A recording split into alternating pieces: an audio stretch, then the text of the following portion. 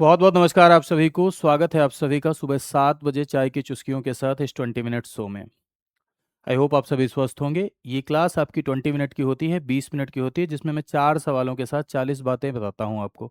ऐसी 40 बातें जो आपके एग्जाम के लिए रेलिवेंट हैं, ऐसी 40 बातें जो महत्वपूर्ण हैं, जो भविष्य में संभावित हो सकती हैं एग्जाम में। तो ध्यान दीजिएगा, अगर आप यूपी पीसीएस की तैयारी कर रहे हैं, आरओ की प्रिपरेशन कर रहे हैं या वीओ के लिए प्रिपेयर कर रहे हैं, देन ये सेशन आपके लिए क्या है, इंपॉर्टेंट है।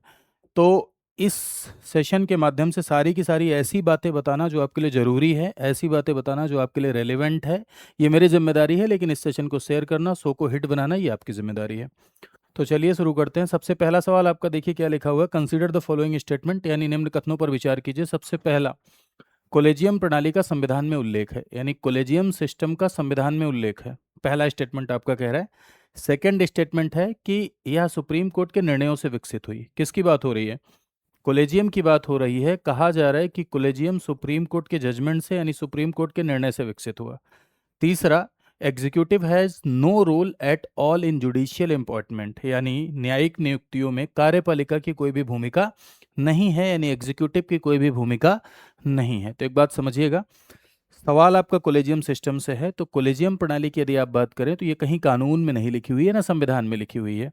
ये सुप्रीम कोर्ट के जजमेंट से ही, यानी सुप्रीम कोर्ट के निर्णयों से ही कोलेजियम प्रणाली उद्धित हुई, यानी कोलेजियम प्रणाली पैदा हुई। ठीक है।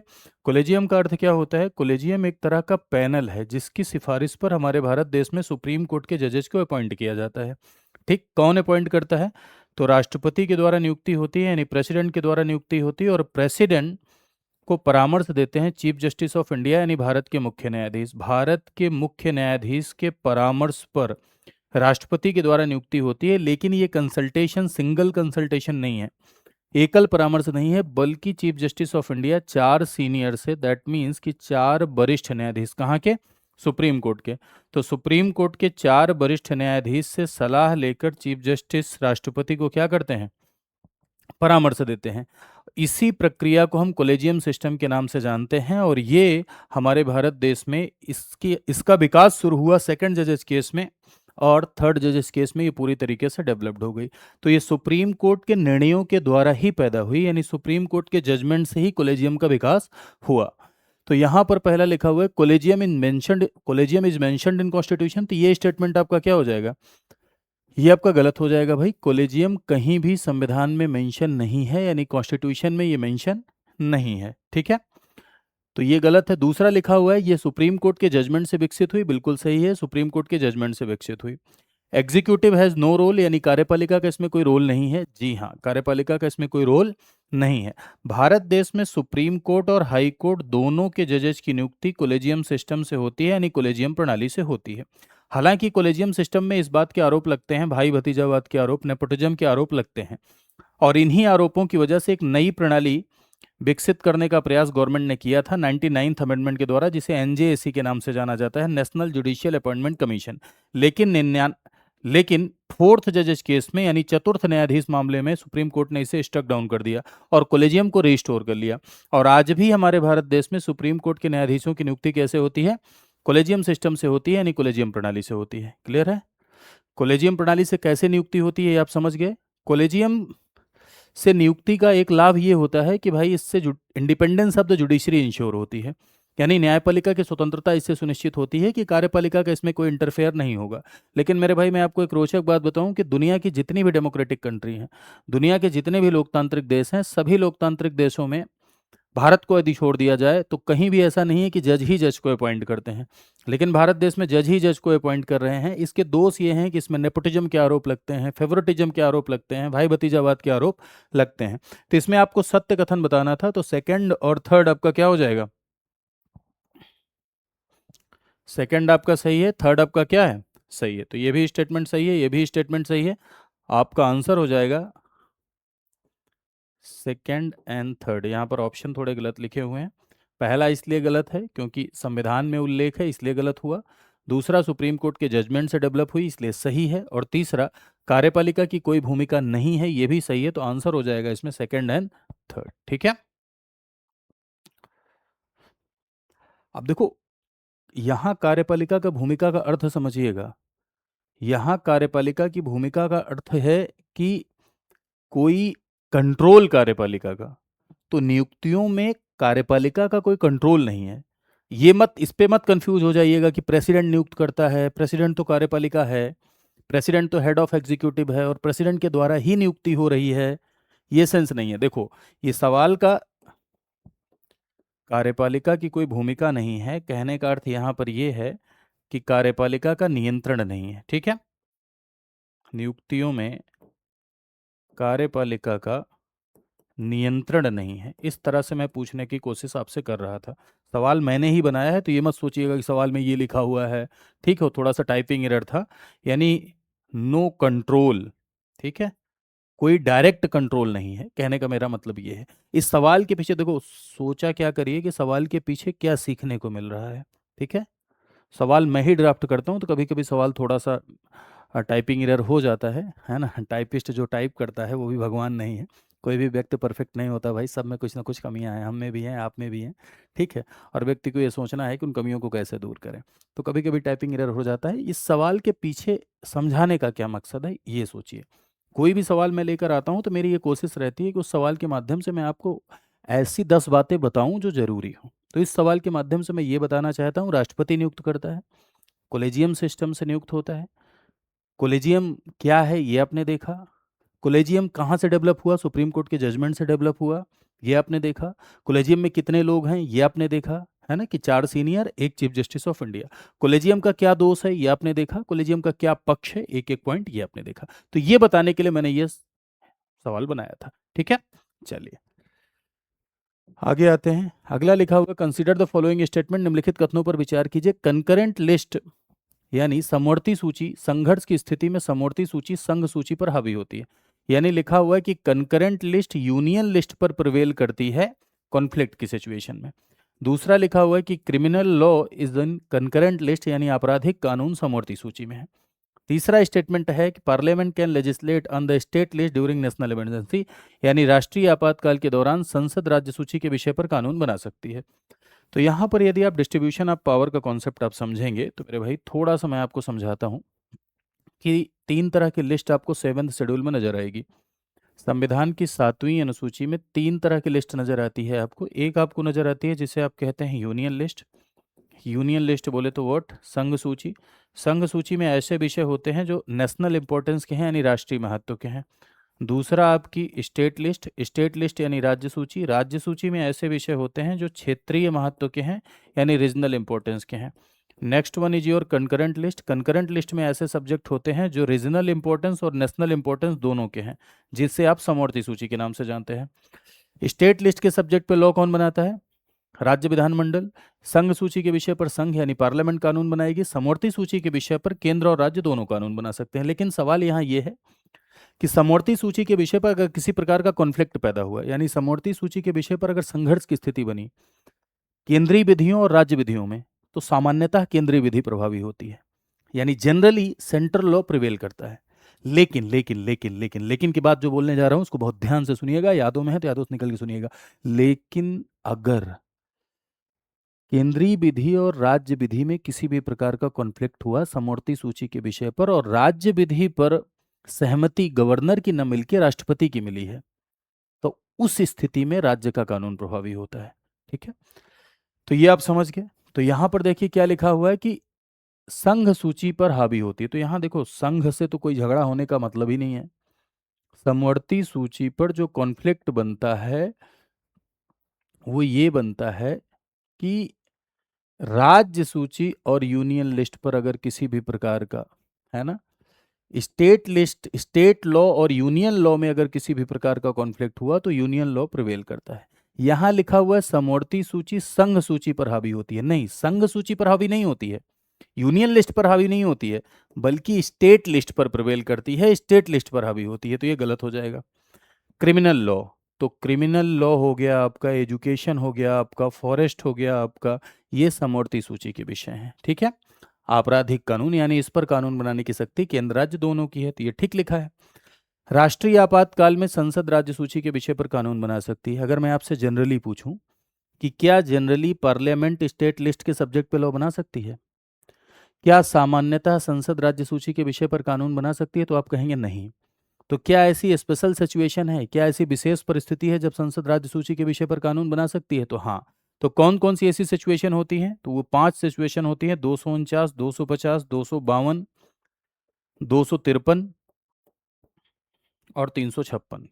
356 यानी राष्ट्रपति शासन के दौरान, 253 यानी किसी अंतर्राष्ट्रीय समझौते को लागू करने के लिए, 252 यानी दो या अधिक राज्य अनुरोध करें तब, 250 नेशनल इमरजेंसी यानी राष्ट्रीय आपातकाल के दौरान, और 249 अगर राज्यसभा इस बात के लिए संसद को एथराइज कर दे, यानी राज्यसभा अपने यहाँ उपस्थित और मतदान करने वालों के 2/3 बहुमत से पारित करके संसद को एथराइज कर दे तब।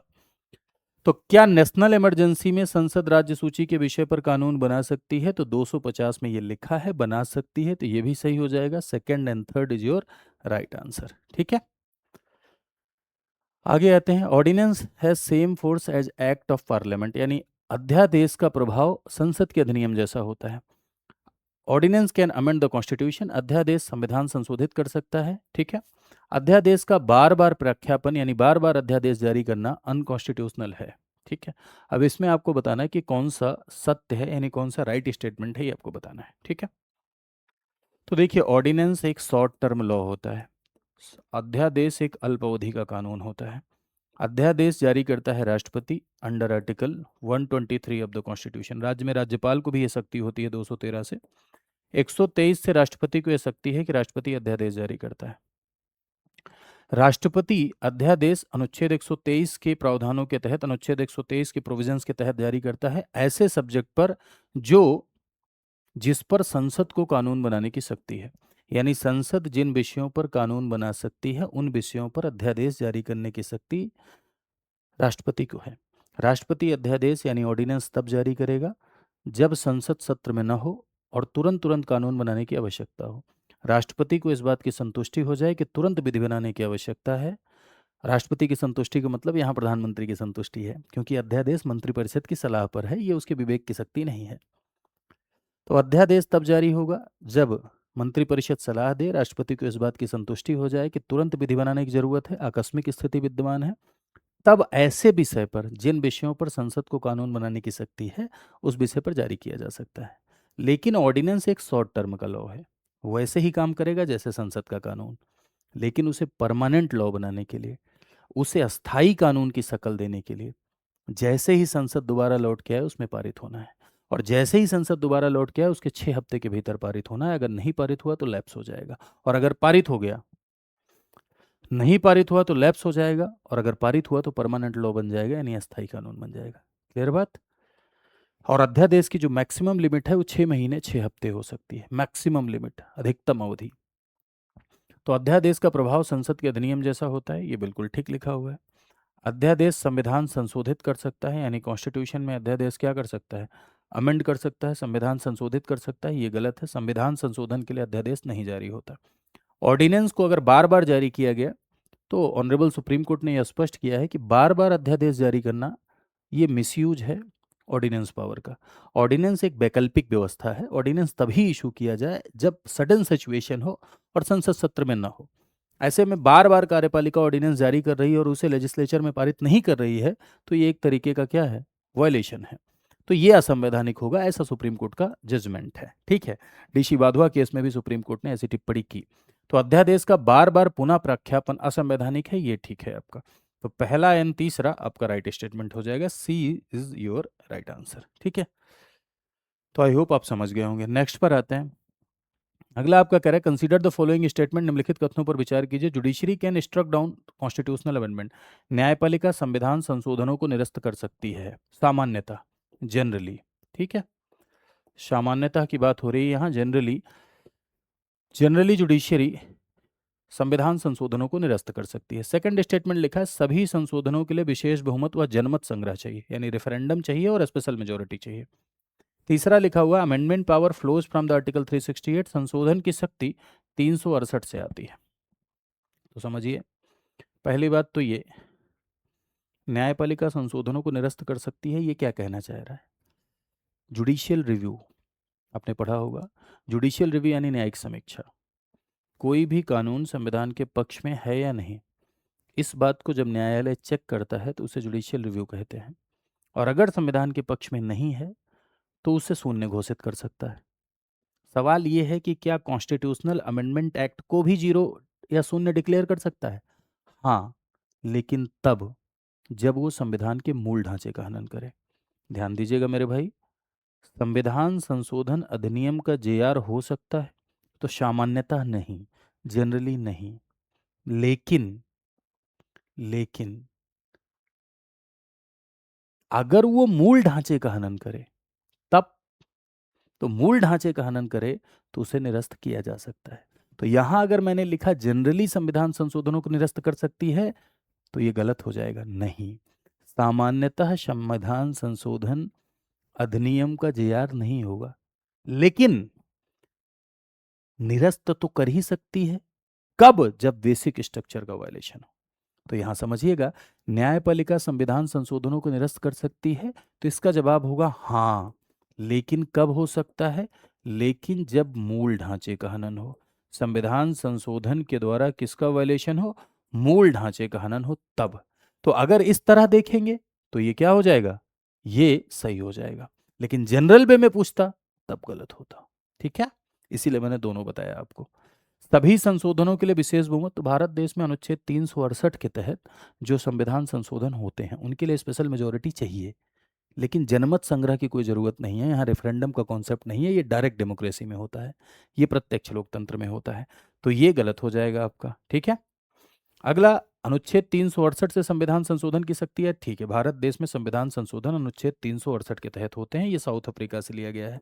और संविधान संशोधन दो प्रकार के होते हैं, एक में संसद में विशेष बहुमत चाहिए और एक में संसद के साथ साथ आधे राज्यों की सहमति चाहिए होती है। तो अनुच्छेद 368 से ही संविधान संशोधन की शक्ति आती है, तो ये भी ठीक है। तो पहला और तीसरा आपका सही हो जाएगा, दूसरा इसलिए गलत है क्योंकि रेफरेंडम की बात की गई है, जनमत संग्रह की बात की गई, इसलिए दूसरा आपका गलत हो जाएगा। ठीक है, माफ कीजिएगा। आई होप आप समझ गए होंगे आप। ठीक, तो देखिए ये है मेरा टेलीग्राम ग्रुप, इसको आप ज्वाइन कर सकते हैं किसी भी प्रकार के अपडेट्स के लिए, मुझसे बातचीत के लिए, कोई भी डाउट पूछने के लिए, कोई कोर्स आप परचेज कर रहे हैं उसमें कोई समस्या आ रही है, संसाधन आपके पास कम है, जेन्युइन कोई केस है, तो आप मुझे मैसेज कर सकते हैं। जो मुझसे हो सकेगा वो मैं आपको करूँगा। ठीक है, और किसी भी कोर्स को परचेज करने के लिए आप अगर ये कोड लगाएंगे VEL लाइव, ठीक है, तो आपको मैक्सिमम डिस्काउंट मिलता है। ध्यान रखिए कि हर फैकल्टी का अपना कोड होता है, जिसका चाहें आप उसका लगाएं, ये आपकी श्रद्धा पर आप किसका लगाएं। मेरा कोड लगाएंगे तो इससे एक प्रेम जाहिर होता है बस आपका, बाकी और कुछ नहीं है। आप कैसे हमारे साथ जुड़कर अपनी पूरी तैयारी कर सकते हैं? तो हमारे यहाँ एक बैच चलता है जो कि आपकी प्री मेंस इंटरव्यू तीनों की तैयारी के लिए होता है। उस बैच का नाम है आरंभ। इस बैच में प्री मेंस के लिए आपको 1100 प्लस आवर्स पढ़ाया जाता है लाइव, प्लस आंसर राइटिंग के लिए आपको एक special answer writing batch provide किया जाता है अलग से। यहाँ तो प्री मेंस पढ़ाया ही जाएगा, साथ साथ अलग से प्री के लिए आपको MCQ का कोर्स एक अलग से प्रोवाइड किया जाता है, साथ ही साथ प्री का एक क्रैश कोर्स अलग से प्रोवाइड किया जाता है।